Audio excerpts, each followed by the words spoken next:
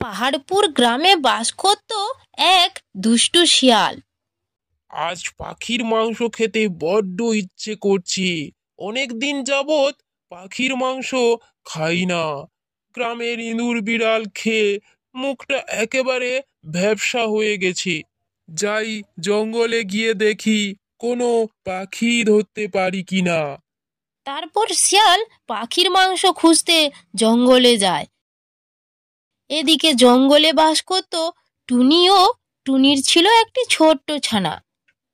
তুমি বাসায় থাকো মা, আমি তোমার জন্য খাবার নিয়ে আসি। এই বলে টুনি তার ছানার খাবার আনতে বাসা থেকে বাহির হয়। আর তখনই শিয়াল জঙ্গলের ভিতরে প্রবেশ করে। জঙ্গলের ভিতর এই ঘরটি মনে হয় টুনির হবে। আমি একদম সঠিক জায়গায় চলে এসেছি। এই বলে শিয়াল টুনির ঘরের ভেতরে যায়। টুনি মনে হয় ওর ছানার জন্য খাবার আনতে গেছে। ওর ছানাটাকে সঙ্গে নিয়ে যাই, তবেই টুনিকে ধরতে পারবো। আমাকে ছেড়ে দাও, আমাকে মেরো না, আমি খুব ছোট, আমার খুব ব্যথা লাগছে, আমাকে ছেড়ে দাও, আমাকে ছেড়ে দাও। কিছুক্ষণ পর টুনি তার ছানার জন্য খাবার নিয়ে ঘরে ঢুকতেই হায় হায়, আমার ছানা কোথায়? আমার ছানার কি হলো? এখন আমি কি করব? হায় কপাল আমার!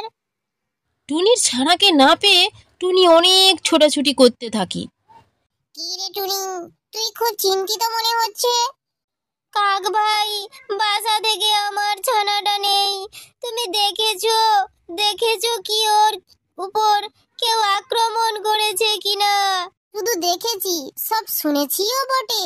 পাহাড়পুর গ্রাম থেকে একটি বন্য শিয়াল এসে তোর ছানাকে ধরে নিয়ে গেছে আর বলেছে তুই ছানার খোঁজে শিয়ালের কাছে যাবি আর শিয়াল তোকে ধরে খাবে।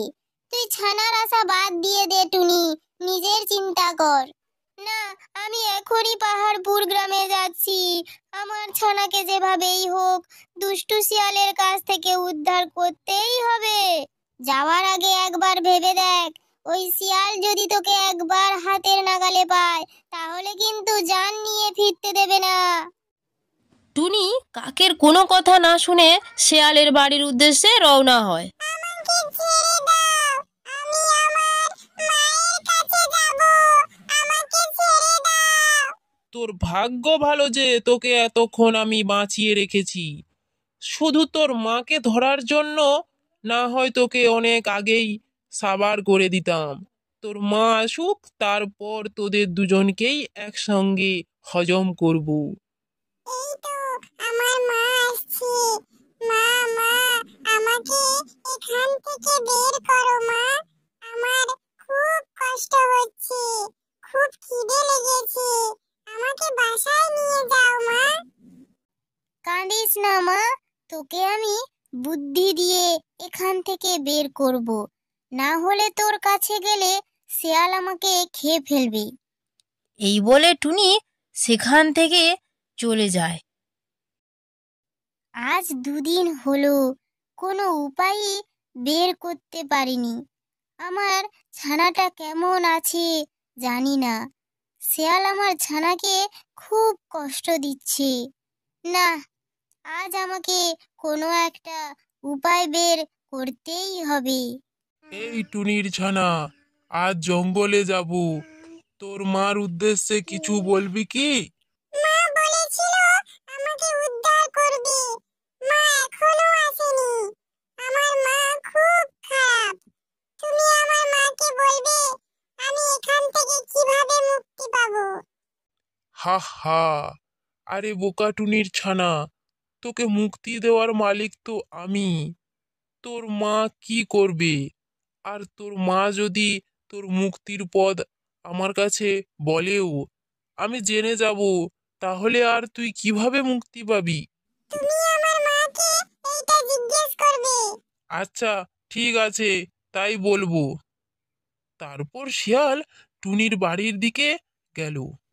ওই তো শিয়ালটাকে দেখা যাচ্ছে। জানি না ও আবার কোনো খারাপ বুদ্ধি নিয়ে আসছে কিনা। টুনি তোর বোকা ছানা তোর কাছ থেকে জানতে চাইছে সে আমার বন্দি খাঁচা থেকে কিভাবে মুক্তি পাবে। শিয়ালের কথা শুনে টুনি সাথে সাথে মারা গেল। আহারে, ছানার শোকে বেচারি হাড়াটা করে ফেলেছি। যাই ওর মৃত্যুর খবরটা ওর ছানাকে দিয়ে আসি। আমার মা কি আমার কোনো মুক্তির উপায় বলেছে গো? হ্যাঁ হ্যাঁ, বেশ বলেছি। তোর মাকে তোর কথা বলার সাথে সাথেই তোর মা তোর শোক সইতে না পেরে বেচারি জায়গায় হার্ট ফেল করে মারা গেছে। শিয়ালের একথা শুনে টুনির ছানাটাও সাথে সাথে মারা গেল। টুনির ছানার মৃত্যুর পর শিয়াল বলতে লাগলো, আহারে, মেয়ের শোকে মা গেল আর মায়ের শোকে মেয়ে গেল। যা, তোদের মতো মরা পাখির মাংস আমার আর খেতে হবে না। এরপর শিয়াল টুনির বাচ্চাটিকে মুখে নিয়ে ফেলে দিল। আয় মা, আমার কাছে আয়। দুষ্টু শিয়াল তোকে অনেক কষ্ট দিয়েছে, তাই না? আরে আরে, আমি এসব কি দেখতাছি? দুষ্টু শিয়াল, তুই আমার মেয়েকে বোকা বলেছিলি। তুই যে বড্ড বোকা, তা নিজেও জানিস না। আরে, এটা তো আমাদের মা মেয়ের একটা চাল ছিল মাত্র। আমরা মরিনি, মরার ভান করেছি তোর কাছ থেকে আমার ছানাকে মুক্ত করার জন্য। এরপর টুনি তার ছানাকে নিয়ে অন্য গ্রামে চলে গেল।